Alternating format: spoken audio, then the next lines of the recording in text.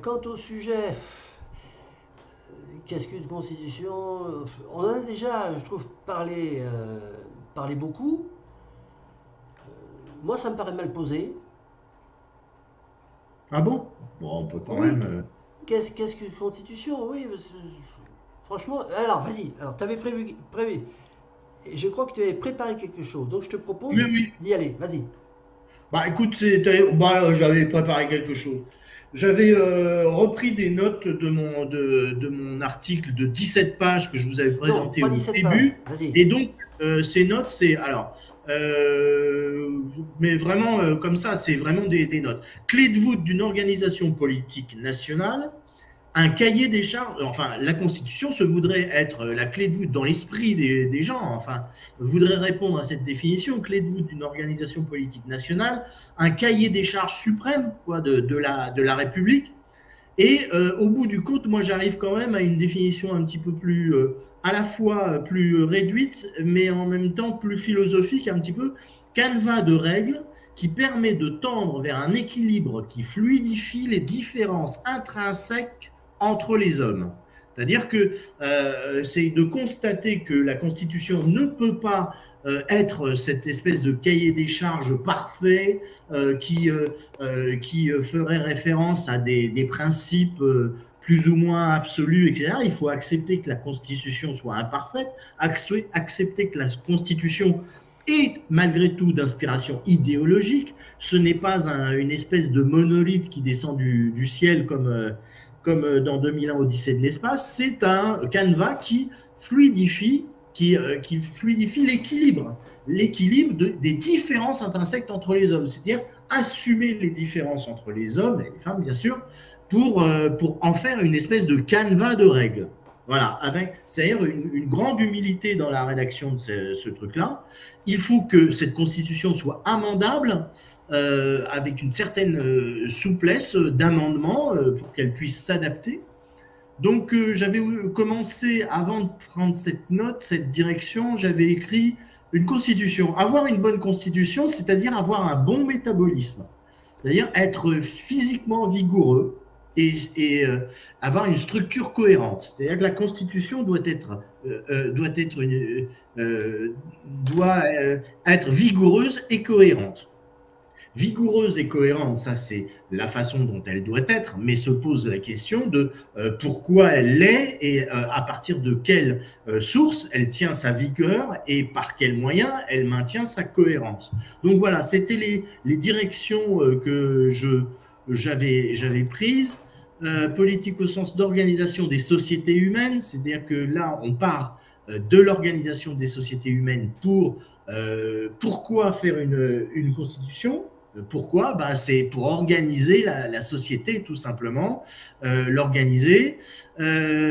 Donc, constitution serait un réceptacle. Alors, je retombe dans l'idée d'un absolu réceptacle d'un absolu politique, mais c'est un enfer pavé de bonnes intentions. La constitution n'est pas un absolu politique, une loi suprême, un tissu de préceptes objectifs et intangibles, un cadre de garantie légale. Bon, ça, c'est ma démarche critique qui me fait écrire ça à un moment donné dans le texte. Bon, je sais pas, mais moi, j'ai pas préparé un exposé très cohérent et Oui. les notes prises à la volée. Hein. Il y a quelque chose avant la Constitution. Alors, est-ce qu'il y a quelque chose avant la Constitution? Alors, ça, c'est aussi tout un truc.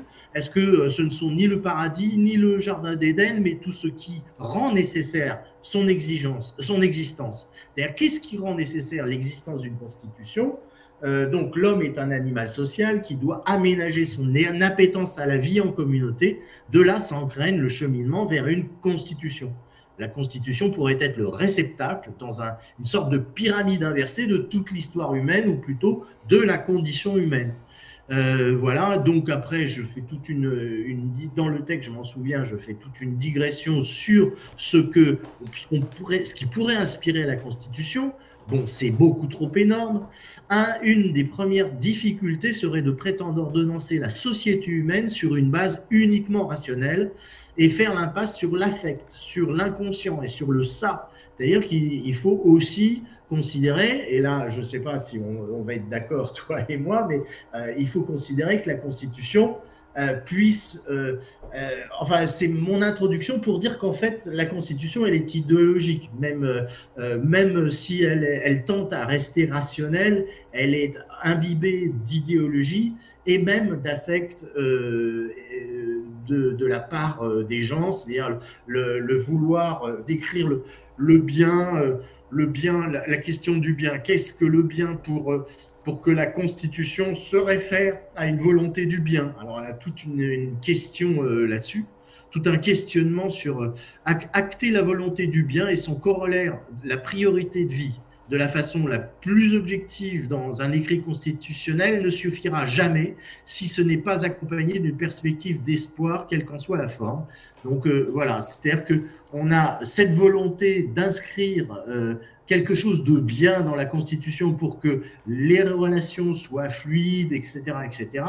Mais, et donc, de ce fait-là, bien et priorité de vie, c'est bien, mais il faut ne pas dénier la dimension idéologique. Et donc, interviennent maintenant, après, les différentes versions du contrat social, religion, philosophie, lumière, voilà, pour encadrer l'instinct animal. Bon, voilà, moi j'ai d'autres, plein de trucs sur le liberté-égalité qui sont comme si les objectifs... Ah oui, dans la Constitution, je me disais, mais liberté, égalité et fraternité, c'est écrit comme si c'était acquis. Bon, bah, au moins faire bien signifier aux citoyens, aux Français, que liberté, égalité et fraternité sont, à tout le moins, ne sont que des objectifs. Voilà. Et des objectifs, c'était obtenir la liberté, l'égalité et la fraternité, mais pas comme si elles étaient acquises. C'est-à-dire qu'il y a une espèce de mensonge par omission dans cette affirmation, comme quoi ce serait la devise de la République.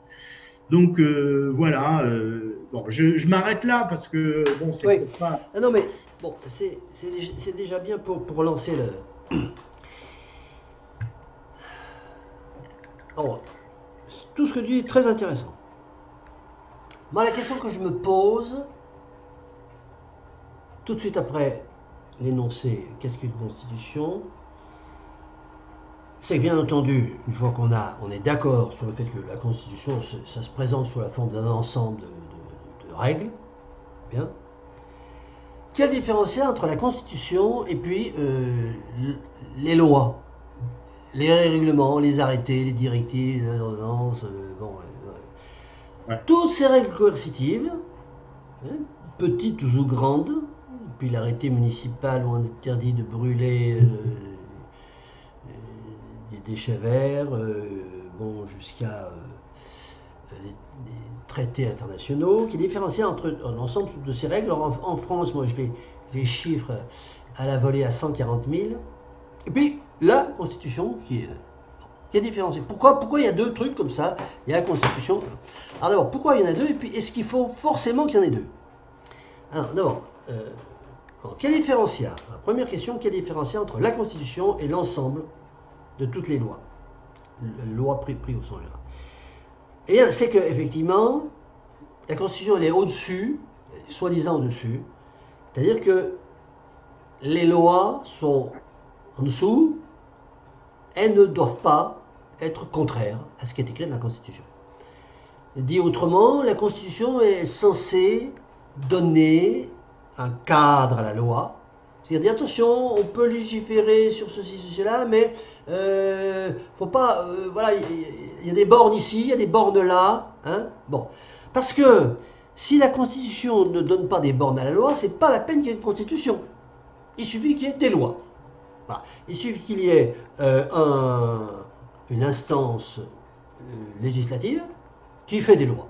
Et on peut faire n'importe quelle loi dans la mesure où il y a une majorité pour la voter. Il n'y a pas besoin de Constitution, pas besoin de... Voilà. Donc pourquoi est-ce qu'il faut qu'il y ait une dichotomie entre... Ça, c'est un premier débat qui n'est pas clos, qui est très ancien et qui n'est pas clos. Savoir que on peut très bien concevoir des pays, des collectivités qui s'organisent avec pas de constitution, une constitution qui dit rien, hein, et puis il y a un parlement, une instance, ou voire il n'y a pas de parlement, il y a un dictateur qui fait des lois. Bon, inversement, Alors ça existe, ça a beaucoup existé, mais avant les soi-disant démocraties et pouvoirs monarchiques, c'était ça. Inversement, on peut imaginer qu'il y a simplement une constitution, une sorte de Magna Carta, vous savez, qui donne des principes. Et puis, voilà, ensuite, il n'y a pas de loi. Il n'y a pas 140 000 lois, il y en a zéro. Mais il y a des tribunaux. Quand il y a un conflit, quelqu'un n'est pas d'accord, voilà, on va devant l'instance judiciaire qui dit est-ce que vous avez fait c'est contraire au principe là, numéro 32 de la Magna Carta. Et ça, c'est le jurisprudentiel anglo-saxon. Voilà. Alors, oui, c'est bon, il y a quand même des lois. Hein. Ouais. Il y a quand même des lois. C'est pas une. Voilà.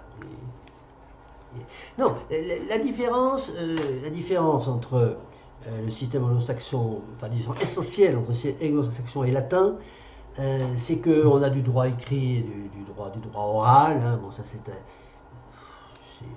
c'est vite dit, c'est vite dit. Bon, ça veut dire que dans le droit anglo-saxon, en vertu de la loi qui dit que, et cette loi elle est écrite nulle part. Bon, c'est pareil, qu'elle soit écrite ou qu'elle ne soit pas écrite, on se réfère quand même à une loi.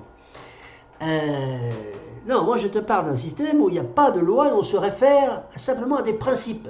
À la limite, si tu veux 10 principes, 10 commandements, tu ne tueras pas, tu feras pas de bon, 10 commandements, et puis pas de loi. Bon. Et là, quand il y a un conflit, il y a des tribunaux qui disent qu'est-ce qui se passe là, vous avez fait ça, vous n'êtes pas d'accord, hein. Oui, mais regardez, le principe numéro 8, donc je déboute ou je condamne. Bon, voilà. Donc ça, c'est les deux. Non, donc cette question-là n'est pas réglée.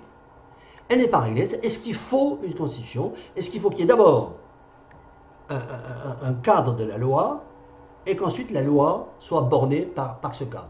Donc il y a des principes et que la loi doit forcément émettre une règle coercitive qui soit non seulement inspirée par le principe, mais qui ne soit pas contraire à ce principe, c'est ce qu'on appelle inconstitutionnel. Dans le cas que tu décris, c'est-à-dire qu'on pourrait ne pas avoir de constitution, juste une réflexion, c'est-à-dire que quand je lis, parce que je n'ai pas été un lecteur de la Constitution de longue date, hein, quand je regarde la Constitution, on en avait fait la réflexion ensemble, c'est-à-dire qu'il y avait très peu d'articles principiels, comme tu l'avais nommé, et j'avais pointé qu'il y avait beaucoup d'articles qui expliquaient le mode d'emploi, donc c'était la procédure. Donc, j'étais étonné à la lecture de la Constitution, que j'ai lue très récemment, en définitive. Et donc, il y a d'un côté les principiels et de l'autre côté les modes d'emploi. Et en fait, j'ai l'impression que la Constitution, dans le cas où elle pourrait tomber, ne pas être utile, c'est que on pourrait se satisfaire d'une DDHC suffisamment mieux écrite, parce qu'on l'a bien critiqué, mais se borner à ces tables, ces 10 commandements renouvelés, avoir la DDHC, enfin avoir vraiment une nourrice de principes, on va dire, et ça serait une espèce de constitution, mais qui ne serait pas nécessaire. Elle serait dans ces nouveaux droits de l'homme, et donc seulement par en dessous, donc on aurait les lois. Voilà. On pourrait faire l'économie d'un écrit, effectivement, de la Constitution. Alors, ça c'était ma deuxième partie. Oui. C'est-à-dire que non, mais tu l'introduis, donc c'est très bien.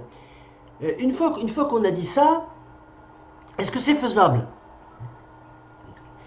Est-ce qu'on peut avoir une constitution comme ça et qui donne des principes?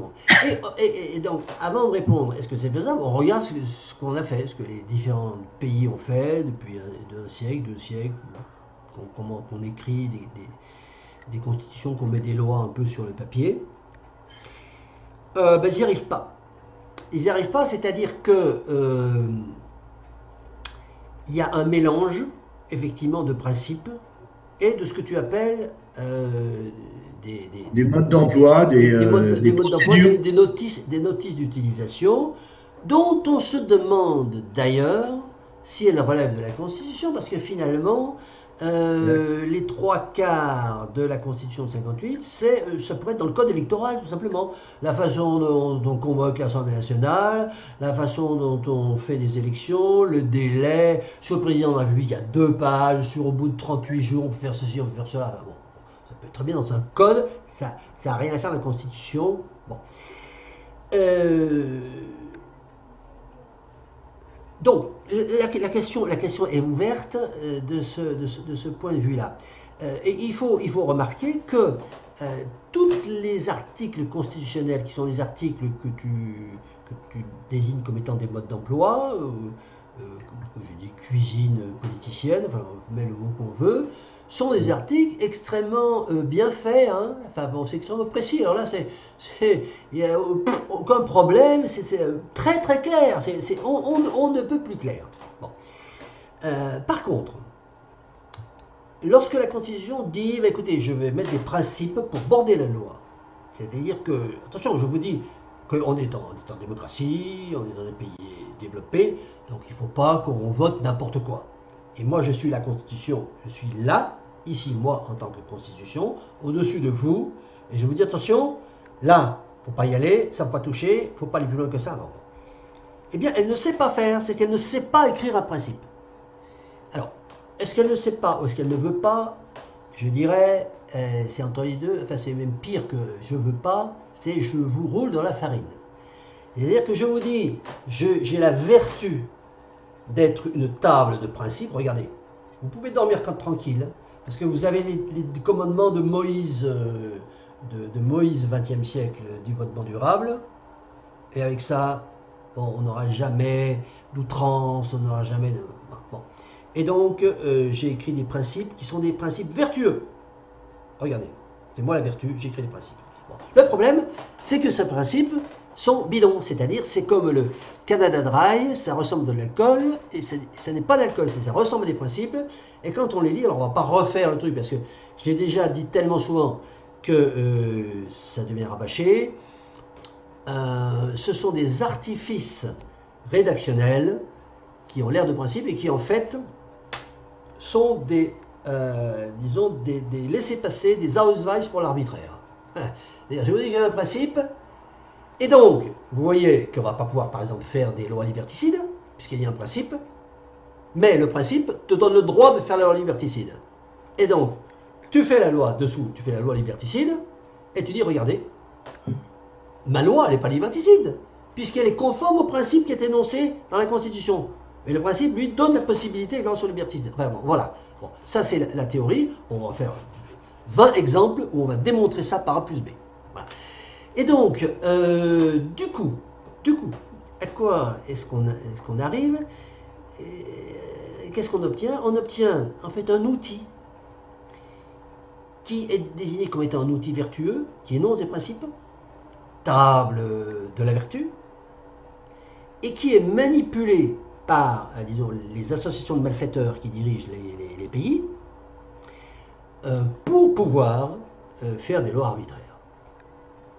Et la grande tristesse, le grand malheur, c'est que le peuple, le citoyen, ne se rend pas compte de cela.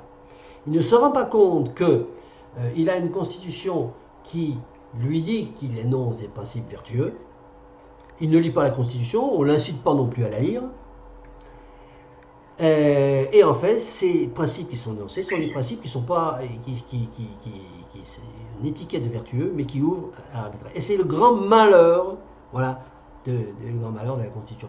Et alors, on est quasiment dans un système où il n'y a pas de Constitution, puisqu'on va enlever les modes d'emploi que j'avais, ce n'est pas des constitutions, c'est des guides, c'est le memento tu sais, c'est des memento du candidat à l'élection présidentielle, hein, que je connais par cœur, le memento du candidat à la législative, et puis tu as le memento du référendum, le memento du truc, ça. Bon. Eh bien, si on enlève ça, eh bien, nous avons une constitution dans laquelle il n'y a rien, et du coup, on en revient avec un pouvoir législatif qui, en fait, est transféré à l'exécutif, puisque 90% des 140 000 règles coercitives sont des règles qui sont édictées par l'exécutif. Décrets, règlements, ordonnances, circulaires, tout ça c'est Dans le meilleur des cas, ce sont des ministres. Il y a des gars qui sont en principe élus, bon, enfin il y a beaucoup de ministres qui ne sont pas élus, mais dans la grande majorité des cas, ce sont des technocrates. Et pour l'Europe, c'est 100% de technocrates hein, qui font les lois. Bien. Donc, on peut dire que le résultat de tout ça, c'est qu'il n'y a pas de constitution. Ça n'existe pas. Il y a un écran de fumée pour faire croire à donc la démocratie du système de fabrication de la loi, et qu'en fait, on a une loi livrée à elle-même, ou plutôt ceux qui la font sont livrés à eux-mêmes, ils n'ont aucune contrainte. On peut faire n'importe quelle loi. Alors, des lois, vous allez me dire, oui, mais il y a des lois qui sont censurées. Censurées, pourquoi? Parce qu'il y a une majorité qui s'est bougée pour la censure. Mais il n'y a pas de dispositif. Il y a le Conseil constitutionnel, tout ça. Notre boulot, c'est de démonter un par un tous les boulons de mécano du Conseil constitutionnel. Bon. Et on s'aperçoit que le Conseil constitutionnel, je ne vais pas être aux ordres, parce que là, ça fait théorie du complot, mais que de toute façon, c'est la même famille, hein, puisque le Conseil constitutionnel, c'est 9 personnes, 3 qui sont nommées par le président de l'Assemblée, 3 qui sont nommés par le président du Sénat, et 3 qui sont nommés par le président de la République. Bon. Donc, c'est des gens qui sont du sérail, c'est absolument pas rien à voir. Si on avait un Conseil constitutionnel qui soit un tribunal citoyen, populaire, avec des gens tirés au sort sur des listes de citoyens qui se disent tiens, moi je veux censurer les lois, quand elles sont inconstitutionnelles, pas quand elles ne me plaisent pas, c'est pas le problème, la loi ne me plaît pas, le problème est la loi est contraire. Et de toute façon, même avec ça, le travail serait impossible, parce qu'il n'y a pas dans la Constitution une rédaction assez précise et assez claire des principes pour pouvoir dire cette loi est inconstitutionnelle. Et donc, au final, lorsque le Conseil constitutionnel dit cette loi est constitutionnelle ou bien cette loi est inconstitutionnelle, on s'aperçoit que ces arguments sont des arguments qui, aussi bien d'un côté que de l'autre, même si on est d'accord ou pas d'accord avec le fait qu'il ait rejeté la loi ou qu'il l'ait validée, sont tout simplement des déclarations qui n'engagent que lui. Ouais. Et la relation avec la DDHC et les textes dont, alors, comment c'est l'expression, la Constitution, le début de la Constitution, c'est il s'inspire de la DDHC ou un truc comme ça Oui, je sais. Oui, alors on a beaucoup planché là-dessus. C'était une introduction, oui. Oui, en préambule de la Constitution de 58, la Constitution de 58 dit la Constitution est attachée. Ah oui, c'est ça. Est attachée aux principes définis dans la Déclaration des droits de l'homme de 1789, dans le préambule de la Constitution de 46. Ouais, moi, je suis attaché à mon chien. Oui, tu es attaché à ton chien. Moi, je suis attaché à mes enfants, mais je suis attaché aussi à mes arrière-petits-neveux. Je suis attaché à eux, je regarde ce qu'ils font. J'aime bien. Ouais. C'est inadmissible qu'un truc comme ça soit écrit. Soit sa valeur de constitution, c'est-à-dire ce qui est écrit dans la DDHC, à valeur constitutionnelle, c'est partie intégrante. Partie intégrante de la Constitution. Ouais.